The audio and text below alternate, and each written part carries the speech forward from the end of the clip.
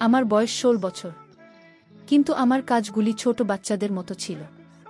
কিন্তু আমার জীবনে এমন একটি মডেল যে সব কিছু বদলে গেল। এমন মনে হলো যে আমার ১৬ বছর বয়স থেকে একদম ২০ বছর বয়সী হয়েছি। কারণ আমি কাউকে পছন্দ করতে শুরু করেছি এবং সম্ভবত তার প্রেমে পড়েছিলাম। আমি আমার সময়ের আগেই বড় হয়ে উঠতে শুরু করি। আমি আমার বাবার বন্ধুর প্রেমে পড়তে শুরু করি, যার বয়স ছিল ৩৫ বছর। হয়তো এটা আমার কোমল বয়সের অনুভূতি যে আমি নিজেকে নিয়ন্ত্রণ করতে পারিনি। অথবা বলা যেতে পারে যে সে আমার প্রথম প্রেম, যদিও সে আমার চেয়ে অনেক বড়। কিন্তু আমার এই নিষ্পাপ হৃদয়ের সাথে আমি কি করতে পারি যে তার জেদ নিয়ে বসেছিলাম? তাকে দেখার সাথে সাথে আমার হৃৎপিণ্ড দ্রুত স্পন্দিত হতে শুরু করে। আমার হৃদয়ে আওয়াজ উঠল যে এটাই সে, যার সাথে আমাকে সারা জীবন কাটাতে হবে। কারণ সেই রাতে আমার আবেগ অনিয়ন্ত্রিত হয়ে গিয়েছিল। সেই রাতে আমি ও জয়ের থেকে আর দূরে থাকতে পারিনি। তার দিকে তাকালে আমি আমার নিয়ন্ত্রণ হারিয়ে ফেলি। তাই আমি সিদ্ধান্ত নিলাম কিভাবে কি করা যায়। অন্তত একটা রাত আমি তাকে, তাই আমার মাথায় একটা বুদ্ধি চলে আসে। আর সেই বুদ্ধিটা কাটিয়ে আমি আমার আঙ্কেলকে আমার বাড়িতে একদিন দাওয়াত করি। আর দাওয়া করে আঙ্গুলকে খাবারের সাথে কিছু মিশিয়ে দিও। তাই আমি তাকে অজ্ঞান করে আমি কি করেছিলাম সেটা শুনলে তোমাদের কাজ হয়ে যাবে। আমার নাম সোনিয়া। আমার বয়স খুব কম।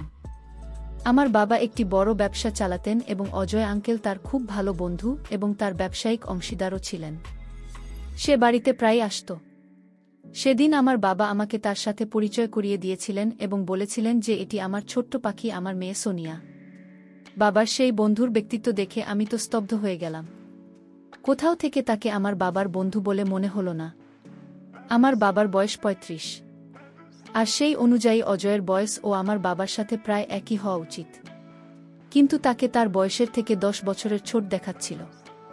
এমন পেশিবহুল শরীর ছিল যে আমি তার দিকে তাকিয়ে রইলাম। বাবা বললেন, আঙ্কেলকে হ্যালো বলো। আমি অবশ্যই হ্যালো বলছিলাম, কিন্তু তাকে আঙ্কেল বলতে পারিনি। আসলে আমি কিছু বলতে পারিনি। আমি শুধু তার দিকে চুপচাপ তাকিয়েছিলাম। আমাকে এইভাবে দেখে সে আমাকে টোকা দিল। বলল, সোনিয়া, কি ব্যাপার? আরে তুমি কি আমার সাথে কিছু কথা বলতে চাও? ওর সাথে কথা বলতে পারতাম, কিন্তু ও শোনা কথাটা আমার হৃদয়ে বিঁধেছিল। কেন জানি না, ওর মুখ থেকে শোনা শুনতে আমার ভালো লাগেনি। সেই সময় তো আমি রুমে চলে গেছিলাম। কিন্তু সেদিন থেকে অজয় কালকে আমি পছন্দ করতে লাগলাম। তিনি একজন ৬ ফুট লম্বা মানুষ ছিলেন। এত সুন্দর ব্যক্তিত্বের অধিকারী যে তাকে দেখে ছোট ছেলেরাও লজ্জা বোধ করবে। এবং তারপরে আমি সবসময় তাকে নিয়ে ভাবতে থাকি। দিন রাত সকাল সন্ধ্যা কখনো আমি তাকে দূর থেকে দেখতাম। তখনও সে বাড়িতে আসত। কখনো আমি বাবার সাথে অফিসে যেতাম এবং সেখানেও তার সাথে দেখা হতো। আমি নিজেই আমার অবস্থা দেখে অবাক হয়েছিলাম। এখন আমি নিজের দিকে বেশি মনোযোগ দিতে শুরু করেছি। কিন্তু যখনই সে আমাদের বাড়িতে আসত সে নির্বিকার থাকত। বাবার সাথে কথা বলতে ব্যস্ত থাকত, আমার দিকে তাকাত না। যদিও আমি কোনো না কোনো অজুহাতে তার কাছে যাওয়ার চেষ্টা করতাম। কিন্তু সে আমাকে স্নেহ করে আমার পড়াশোনার কথা জিজ্ঞেস করত। আমার সাথে যেভাবে তিনি কথা বলতেন, তার সেই কথা বলার স্টাইল আমার মোটেও পছন্দ হতো না। আমি ছোট ছিলাম। তিনি আমার সাথে একটি শিশুর মতো আচার ব্যবহার করতেন এবং সেদিন আমি খুব অস্থির ছিলাম। আর দিন হয়ে গেছে তার সাথে আমার দেখা হয়নি। বাধ্য হয়ে আমি তার অফিসে চলে গেলাম। তিনি আমাকে তার কেবিনে গিয়ে বসতে বললেন, না হলে তুমি বোর হবে। আমি গিয়ে ওর অফিসে বসলাম। কিছুক্ষণ পর উনি ওখানে আসেন। ওকে দেখে আমার চোখ ঠান্ডা হয়ে গেল। আমি ওর দিকে তাকিয়ে রইলাম। আমাকে এভাবে তাকিয়ে থাকতে দেখে উনি বলতে লাগলেন, কি ব্যাপার সোনিয়া, আমার সাথে তোমার কোনো কাজ আছে? তুমি আমার সাথে দেখা করতে এলে কেন? আমি তার কোনো কথার উত্তর না দিয়ে সরাসরি বললাম যে তোমাকে আমি খুব পছন্দ করি। আমি তার প্রতি আমার ভালোবাসা প্রকাশ করেছিলাম, কিন্তু সে হয়তো বুঝতে পারেনি যে আমি কি বলছি, এবং সে বলেছিল যে আমিও তোমাকে খুব পছন্দ করি। যে একজন ব্যক্তির কথার চেয়ে বেশি তার হাবভাব কথা বলে, এই কারণে আমি বুঝতে পারলাম যে সে আমার অভিব্যক্তি বুঝতে পারেনি বা সে আমাকে ভালোবেসে বলেছিল না। হয়তো সে আমার সাথে একটি ছোট মেয়ের মতো আচরণ করছিল।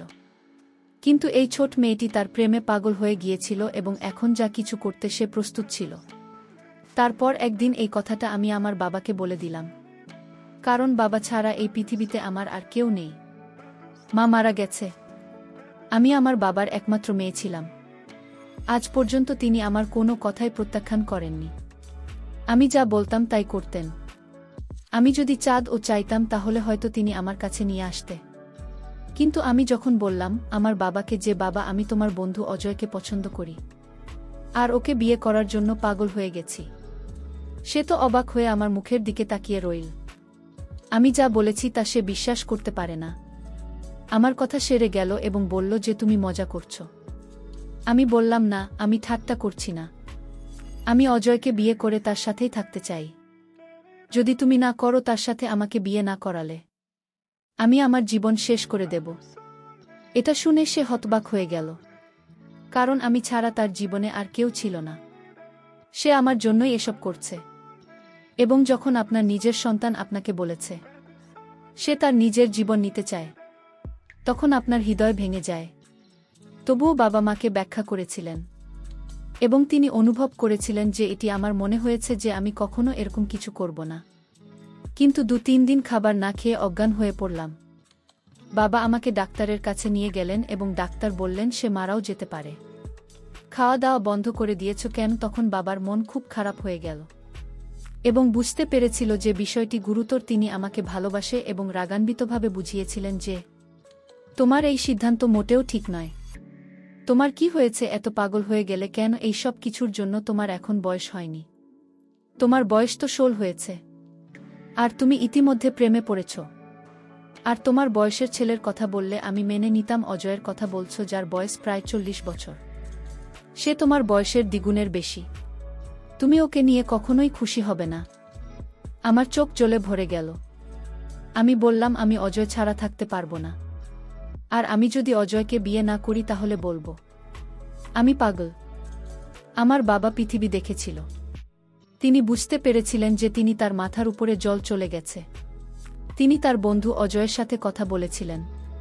তিনি অবাক হয়েছিলেন এবং তিনি অস্বীকার করেছিলেন এবং তখন আমার বাবা তাকে বলেছিলেন যে তোমাকে ছাড়া আমার মেয়ে থাকতে পারবে না।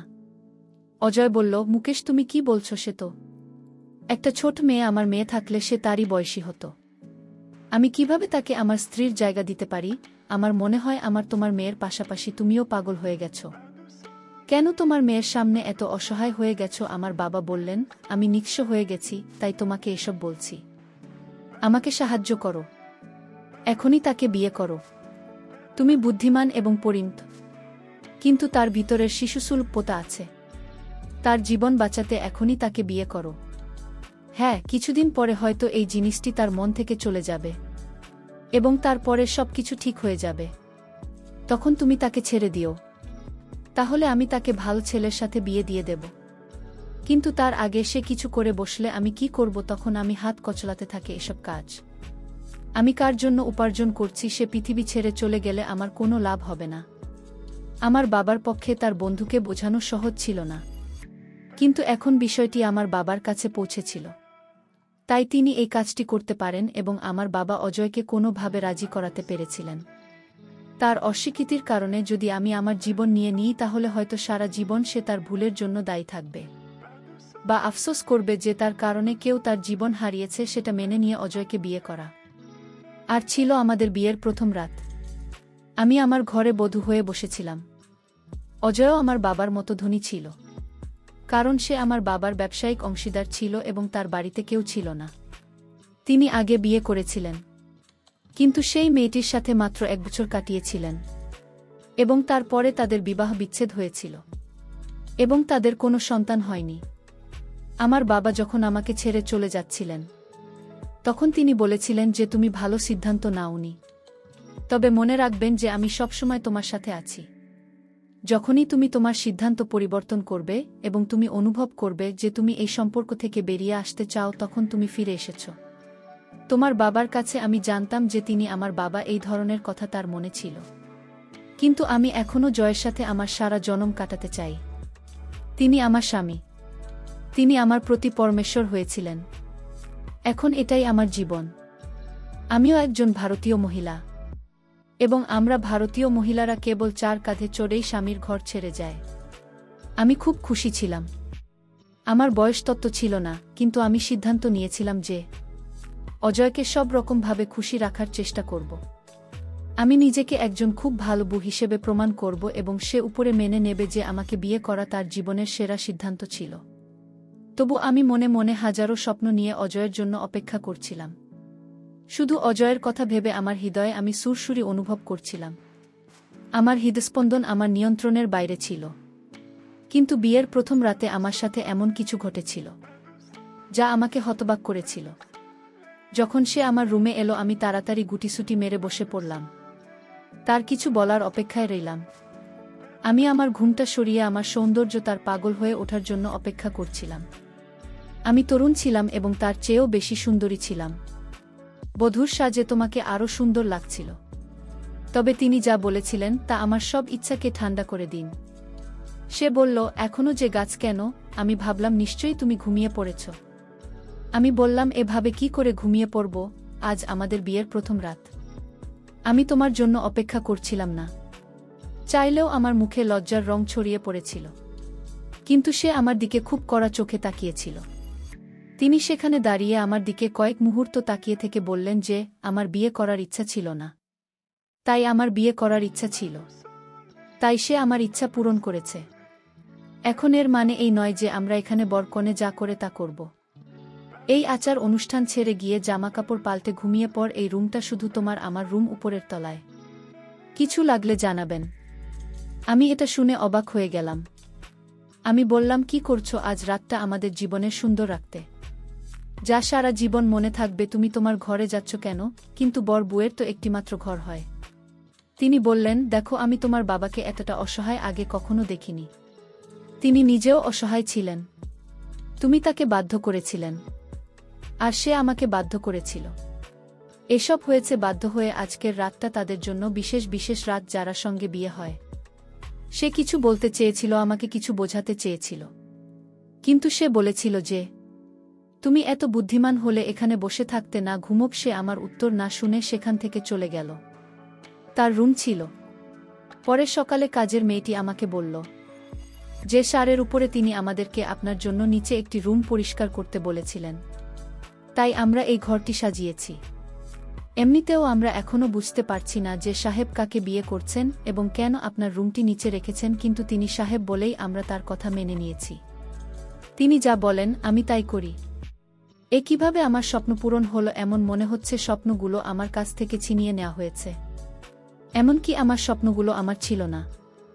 এইভাবে কিভাবে আমি আমার জীবন কাটাই? কিন্তু এখন আমি আমার বাবাকে সব কিছু বলতেও পারি না, এবং তারপর কিছু জিনিস আছে যা স্বামী স্ত্রীর মধ্যে থাকাই ভালো।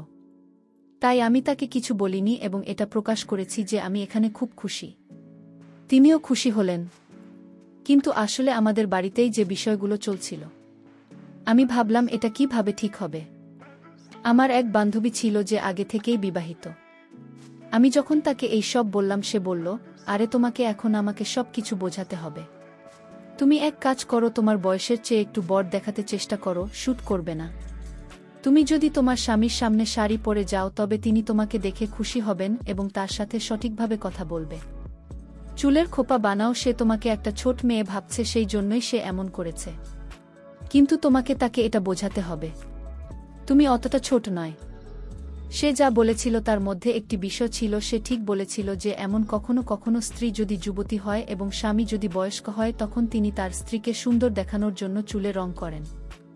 একইভাবে আমার স্বামী আমার চেয়ে বয়সে বড় এবং আমি তরুণ ছিলাম, তাই আমাকে একটু বয়স্ক দেখাতে আমার চেহারা পরিবর্তন করা দরকার। আমি আমার বন্ধুর পরামর্শে রাজি হয়ে কেনাকাটা করতে চলে গেলাম। সুন্দর সুন্দর শাড়ি কিনে আনলাম। সন্ধ্যার খাবার তৈরি করে আমার স্বামীর জন্য অপেক্ষা করতে লাগলাম। তার বাড়ি ফিরে আসাতে আমার মুখে হাসি ফুটে উঠল। আমি বললাম, শোন, খাবার রেডি, তুমি হাত মুখ ধুয়ে এসো। আমার এই কথাতে যখন সে আমার দিকে তাকাল তখন তার মুখে অদ্ভুত রং দেখা যাচ্ছিল, আর মাঝে মাঝেই চলে যাচ্ছিল পকেট থেকে একটা চকলেট বের করে আমার হাতে রাখুন। এবার সেও হাসতে লাগল। তিনি বললেন, বড় কথা বললে কেউ বড় হয় না। তুমি অনেক বড় বড় কথা বল। এখন তুমি এমন অভিনয় শুরু করেছ, কিন্তু ভুলে যেও না যে তুমি এখনো আমার কাছে ছোট্ট মেয়ে। সেই চকলেটটা দেখে আমার কান্না পেয়ে গেল। আমি ফুপিয়ে ফুপিয়ে কাঁদতে লাগলাম। আমি আমার রুমে এসে দ্রুত আমার শাড়ি পরিবর্তন করে আমি আয়নায় নিজেকে দেখতে লাগলাম এবং ভাবতে লাগলাম, কাউকে ভালোবাসা কি এত বড় পাপ? লোকে বলে ভালোবাসার কোনো বয়স হয় না, তাহলে কি অপরাধ করলাম যে এই লোকটা আমার সাথে এমন করছে? আর এখন কাউকে বলতেও পারছি না। আমি খুব খারাপভাবে ফেঁসে গেছি। আমাকে কিছু করতে হবে। একদিন তো সীমা পার হয়ে গেল, সে ফোনে কারো সাথে কথা বলছিল এবং আমার সম্পর্কের কথা বলছিল। এটাও বলেছিল যে সে একটি ছোট্ট মেয়ে, তার কাজও তেমন এবং তার বুদ্ধিমত্তাও তেমন। আমি কিভাবে ওকে আমার স্ত্রীর জায়গা দিতে পারি? মুকেশ আমাকে জোর করছে, না হলে ওর মেয়েকে বিয়ে করতাম না। ব্যাপারটা ওর মনে থেকে যেত এবং সে আমার সাথে বিজনেস পার্টনার শেষ করে দিত। জানো তো, আমরা একটি নতুন কারখানা করতে চাই। এখন আমরা একটি কারখানা নিয়ে বসে থাকতে পারবো না, তাই বাধ্য হয়ে আমাকে এসব করতে হয়েছিল। নইলে ভাবব বিয়ে এমন একটি জিনিস যা তামাশা নয়। তার মানে সে সব করছে বাধ্য হয়ে নয়। নিজের মন্তব্যে তিনি আমার বাবার সাথে একটি নতুন ব্যবসা শুরু করতে চেয়েছিলেন, তাই তিনি এসব বলছেন এবং তার জন্য আমি তার জীবনে একটি বাধ্যতা ছিলাম। বলা হয় যে আপনি যাকে ভালোবাসেন তাকে আপনি খারাপ কথা বলতে শুনলেন, আপনার ভালোবাসা শেষ হয় না। আমার ভালোবাসাও তখনও শেষ হয়নি, কিন্তু ভালোবাসার চোখ অবশ্যই খুলেছিল। তার মানে এটা যেই লোকটা যেমনটা দেখায় যে তেমনটা মোটেও নয়। সে আমার বাবাকে বলল, আমি তোমার একটা বড় উপকার করেছি। আমি তোমার মেয়েকে বিয়ে করেছি তার জীবন বাঁচানোর জন্য, না হলে তুমি বলেছিলে যে সে নিজেই কিছু করে বসবে, কিন্তু দেখো এটা আমার জন্য খুব মুশকিল। কিন্তু আমার বাবা বলল যে আমি সারা জীবন তোমার উপকারের কথা ভুলব না। এর মানে এই যে তিনি আমার বাবাকে নিচু দেখিয়ে তার প্রতি নিজের অনুগ্রহের ভার চাপিয়ে তার যে কোনো ইচ্ছায় তাকে রাজি করাতে চেয়েছিলেন। এবং আমি কিছুদিনের মধ্যে জানতে পারলাম যে এই নতুন ব্যবসায় তিনি নিজেকে ৭৫% অংশীদার বানিয়েছেন এবং আমার বাবা মাত্র ২৫ পেয়েছেন এই বলে। এখন আমি তোমার জামাই, এটা একটা পারিবারিক ব্যাপার। আমি তখনও অজয়ের প্রেমে পড়েছিলাম, কিন্তু এখন হয়তো আমার ভালোবাসার একটা সিদ্ধান্ত নেওয়ার দরকার ছিল, আর আমি সেই সিদ্ধান্তই নিয়েছিলাম। সেই সিদ্ধান্তটা এমন ছিল যে আমি যদি এখন আপনাদের সবাইকে বলি, আপনারা সবাই অবাক হয়ে যাবেন, কিন্তু যে কথাটা আমার মনে এসেছিল